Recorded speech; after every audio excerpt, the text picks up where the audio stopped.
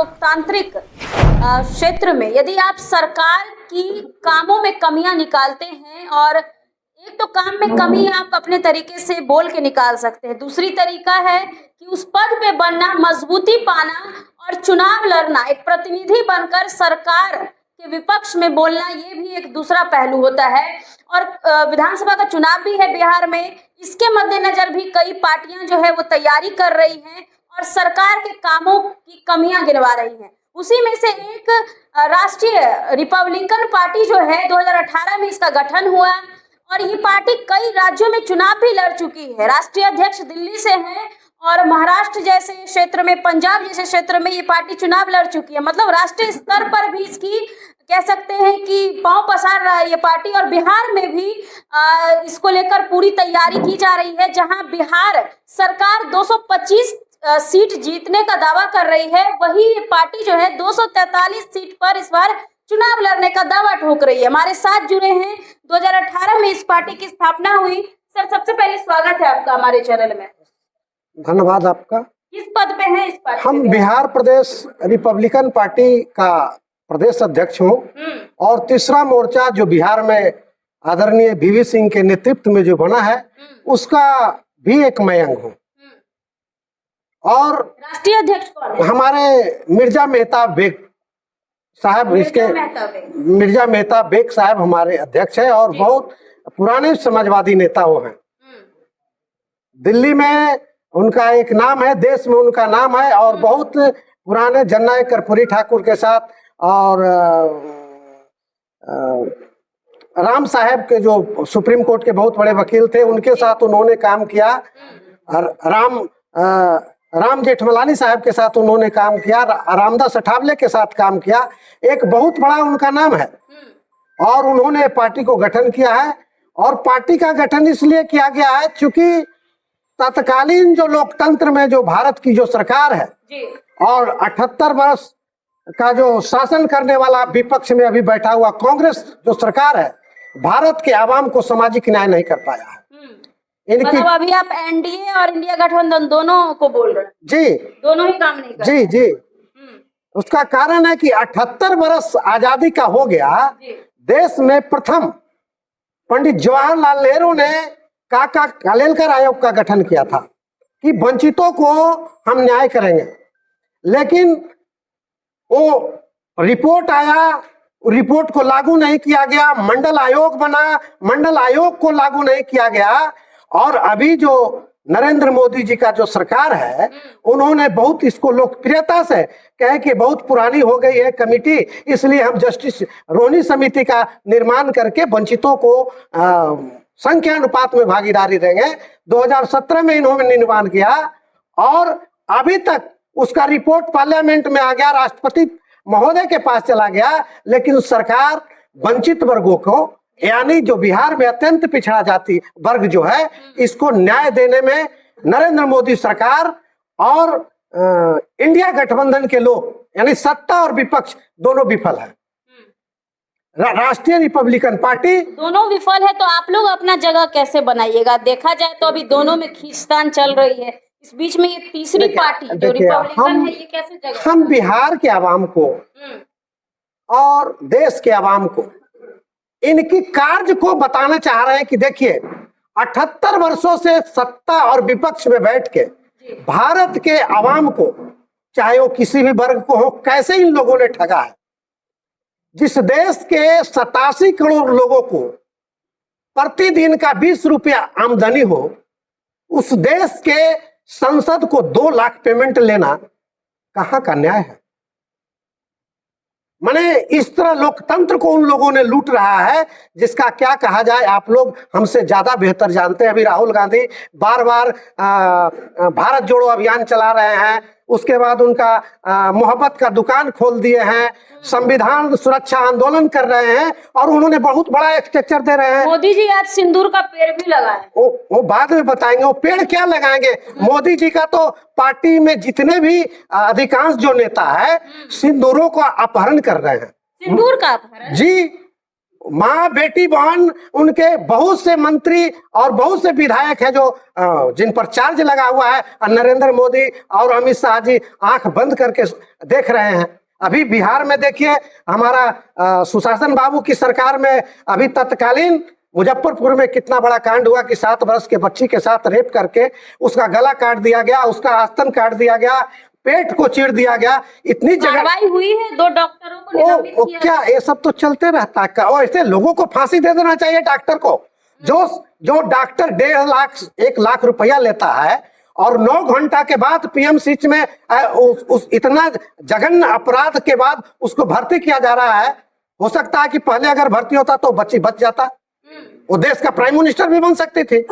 लेकिन सरकार की काम को छिपाया और डॉक्टर ने भी अपने काम को छिपाया और जनता को बेवकूफ बना के वो बच्ची को मृत्यु हो गया। ये एक मामला नहीं है, ये तो ताजा मामला है मुजफ्फरपुर का। इस तरह का मामला बिहार में 3 महीना में 1 दर्जन हुआ है। पूर्णिया में भी धानुक जाति की बच्ची के साथ बलात्कार के हत्या कर दिया गया। उसके बाद मुजफ्फरपुर में मधुबन ब्लॉक में नाई जाति के बच्ची को बलात्कार करके कुल्हाड़ी से काट दिया गया है। तो जनता वोट से चोट दे सकती है, आप लोग प्रतिनिधि बन के चोट दे सकते हैं जो नेता वर्ग के लोग हैं। तो क्या आखिर विधानसभा चुनाव को लेकर क्या आप लोग कर रहे हैं तैयारी? तो आज हम लोग तैयारी कर रहे हैं कि 243 सीट पर 243 हाँ 243 सीट पर हम लोग तीसरा मोर्चा का कैंडिडेट लड़ेगी और नया बिहार बनाएगा जो जनता को आज तक भ्रष्टाचार से मुक्त नहीं किया है, वो तीसरा मोर्चा करके दिखाएगा। अभी बिहार में कितने जिलों में आपका संगठन मजबूत हो गया है? हमारे तीसरा मोर्चा का करीब 36 जिला में ही संगठन हम लोग को तैयार हो गया है और हर जगह से तैयार और नया हो रहा है और सभी जगह। दूसरे राज्यों में भी चुनाव लड़ती है ये पार्टी। महिला को जी, क्या कहिएगा मैडम? हमारे राजनीतिक दल का आज निर्णय हुआ है जी, कि हम लोग 243 सीटों पर हम लोग अपना अपना कैंडिडेट देंगे मिल के, और हम लोग जनता के बीच में जा करके उनकी बातों के आवाज को उठाएंगे और जनता को बताएंगे कि सरकार के क्या नीति है और क्या नियम है। सरकार की जो नीति है नियत नहीं है, इसको विरोध में हम लोग काम करेंगे। हाँ, और जनता के बीच में जा करके जनता के आगे बढ़ाने के काम करेंगे। जनता को जो गरीब गुरबा है उसको उठाने के बाद विषय करेंगे हम लोग लेकर के। महिलाओं को खास करके महिलाओं पर सोचना चाहिए। आप लोग भी पत्रकार मीडिया भाई है, आप लोग को भी ज्यादा ध्यान देना चाहिए कि क्या हो रहा है महिलाओं के साथ। बहुत दर्द की बात है। महिलाओं को भी सब कुछ चल रहा है, लेकिन महिलाओं की इज्जत से खिलवाड़ किया जा रहा है।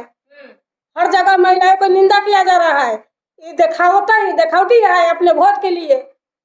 सब कुछ महिलाओं के वोट के लिए हो रहा है। किसी भी सरकार में रुक सकता है? रुक नहीं सकता है, अपराध रुक नहीं सकता है, लेकिन हर नेता लोग की कुल काम है। जितना माफिया लोग है, जितना गुंडागर्दी नेता है, उनकी कुत्ता कुल पाला हुआ है। कमजोर पार्टी नहीं पालता है, ये नोट वाले पार्टी कुल पालता है कुत्ता। वही डकैती चोरी करवाता है, वही हत्या बलात्कार करवाता है, नेता लोग करवाता है। जो इतने बड़ा नेता है सब यही काम करता है। क्या कहिएगा सर?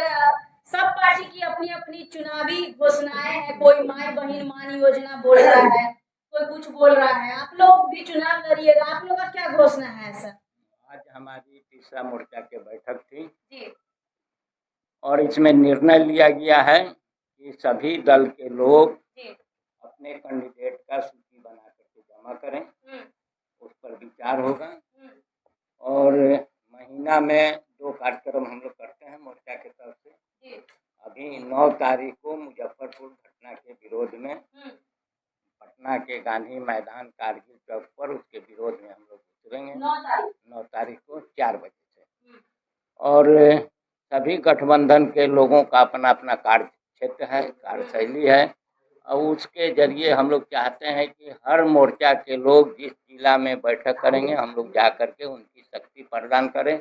और जब शक्ति होगा तो कितनों बड़ी शक्ति होगी वो हट जाएगा। 2020 के चुनाव में आप लोग अकेले ही लड़े थे? नहीं, मिल करके लड़े थे हम लोग। नहीं मतलब गठबंधन? हाँ, गठबंधन के जरिए लड़े थे। इस बार किस गठबंधन के साथ? ये हम लोगों का अपना गठबंधन है, तब ना हम लालू के सपोर्ट में है, ना कांग्रेस के सपोर्ट में, ना बीजेपी के नीतीश के। इसलिए ये लोग आजमाया हुआ बात है। मिला जुला करके करीब 40 साल तक बिहार में ये लोग राज किए, और बिहार के जनता भी समझे कि नासमझ है, तो उन्हीं को वोट देता है जो उसका खजाना लूटता है, हमेशा बना रहता है। खास करके एक बांकीपुर कैसे समझाइएगा वैसे जनता को? पब्लिक को कह रहे हैं कि जनता आज समझाए हैं हम लोग, तब तो यहाँ बैठे हुए हैं, लोगों को समझा रहे हैं, तब तो कार्यक्रम कर रहे हैं, पद यात्रा कर रहे हैं, आज़ादी की दूसरी लड़ाई लड़ रहे हैं। क्योंकि देश आज़ाद हुआ, देश के जमींदार राजा महाराजा लोगों के हाथ में देश चला गया, इसे देश के जनता के हाथ में नहीं आया। जो लोग आंदोलन किए, जो लोग देश को आज़ाद कराए, वो सिफर में चले गए, उनके परिवार आज राजनीति में नहीं है। और दूसरा नंबर ये पूंजीवादी जो व्यवस्था है, चुनाव को लोकतंत्र में इतना महंगा कर दिया है कि 25,000 एक लोकसभा में नॉमिनेशन फीस आम जनता के बस की बात नहीं कि जो 25,000 जुटा सके। अब चंदा, पब्लिक चंदा भी नहीं देना चाहती है कि चंदा दो, 25,000। ये घोर अन्याय हुआ है। सदन में बैठने वाले, निर्णय लेने वाले लोगों का इसका विरोध होना चाहिए कि 5,000, 2,500, 2,000 बहुत फीस है लोकतंत्र में। सिस्टम बनाना चाहिए कि कम से कम कैंडिडेट कैसे आए, तो उसके लिए मापदंड होना चाहिए। कौन लोग चुनाव लड़ पाएंगे, नहीं लड़ पाएंगे, कौन अपराधी है, कौन बलात्कारी है। तो जितना इस देश में अपराधी और बलात्कारी चुनाव जीत करके आता है और खजाना लूटता है, फिर चुनाव लड़ता है। हमारा ये बांकीपुर विधानसभा है, जहाँ लगातार एक ही परिवार के बाप मर गया तो बेटा कर रहा है राज। तो इसको हटाने के लिए हम लोगों को, आप लोगों को, सब लोगों को मिलकर के प्रयास करना पड़ेगा, तब इस देश के सामाजिक राजनीतिक गरीब लोग जीत करके आए। क्या कहिएगा सर आज की इस बैठक के बारे में? आज राजनीति तीसरा मोर्चा का कुछ अहम बैठक थी, इमरजेंसी बैठक थी, और आगे 8 तारीख के फिर बैठक होने वाला है। राजनीति तीसरा मोर्चा के लगभग अभी 8 घटक दल हैं, और राजनीति तीसरा मोर्चा का उद्देश्य है कि राष्ट्र स्तर पर भारतीय समाज का निर्माण करना और विश्व स्तर पर मानव समाज का निर्माण करना।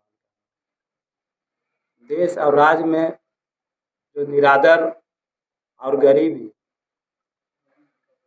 चरम सीमा पर बढ़कर चला गया है, उसे खात्मा करना राजनीति तीसरा मोर्चा का यह उद्देश्य है, और भारतीय समाज का निर्माण करना। अभी आज़ादी के 78 साल हो गए, उसमें आप देख रहे हैं कि जनता उब कर के कांग्रेस से पालक छोड़ाई कि कांग्रेस हटाओ,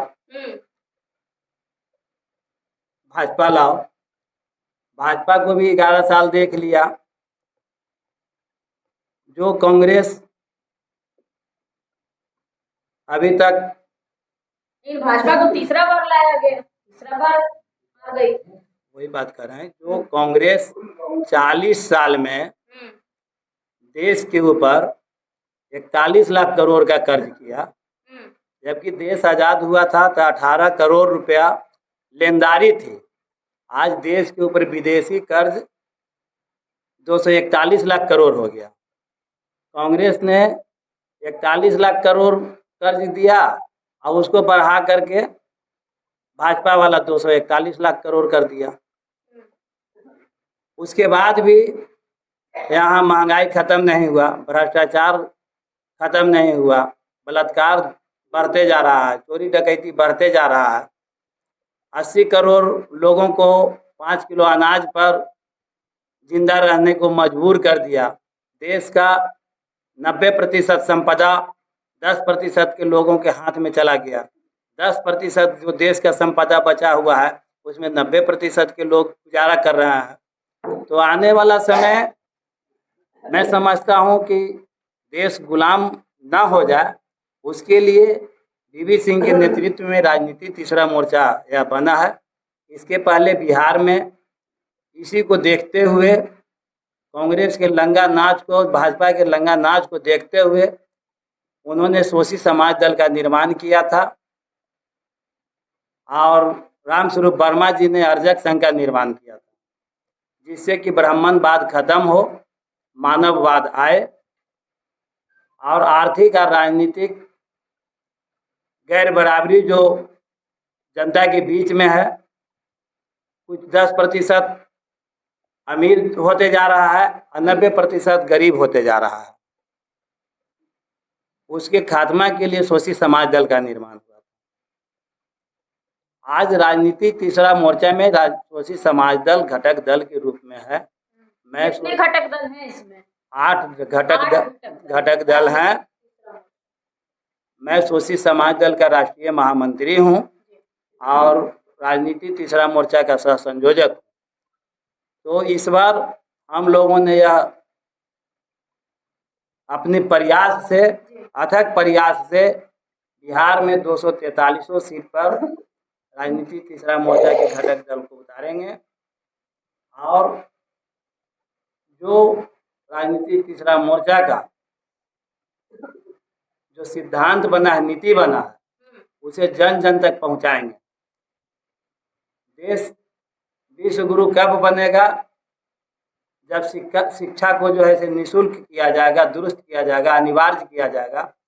तो पहला हम लोगों का उद्देश्य है कि देश में कम से कम इस बार बिहार के जनता को हम लोग पहुंचाएंगे। निःशुल्क शिक्षा, अनिवार्य शिक्षा हम लोग लागू करेंगे। शिक्षा के 2 स्तर होंगे, एक मैट्रिक के बाद टेक्निकल शिक्षा होंगे, एक उच्च शिक्षा होंगे। चलिए, तो देख सकते हैं कि राजनीतिक तीसरा मोर्चा, ये गठबंधन है, 8 घटक दल हैं इसमें और इसकी आज बैठक हुई। 243 सीट पर चुनाव लड़ने की प्लानिंग कर रहे हैं और 2018 में इसकी स्थापना हुई थी और राष्ट्रीय अध्यक्ष के बारे में तो आप जानते ही होंगे। तो तमाम चीजों पर हमने चर्चाएं की है। तो आप समझ सकते हैं कि लोकतांत्रिक देश में हम सरकार पर वार 2 ही चीज से कर सकते हैं, अपने वोट से या फिर उस पद पे बन के, उस मजबूती को पाके, जिस मजबूती पर जाकर आप सरकार के सामने लड़ाई लड़ सकते हैं, वो है राजनीति। और राजनीति में उतरने के लिए, प्रतिनिधि बनने के लिए जो है इस तरह की कवायद तेज है। बहरहाल खबरों में इतना ही देखते हैं।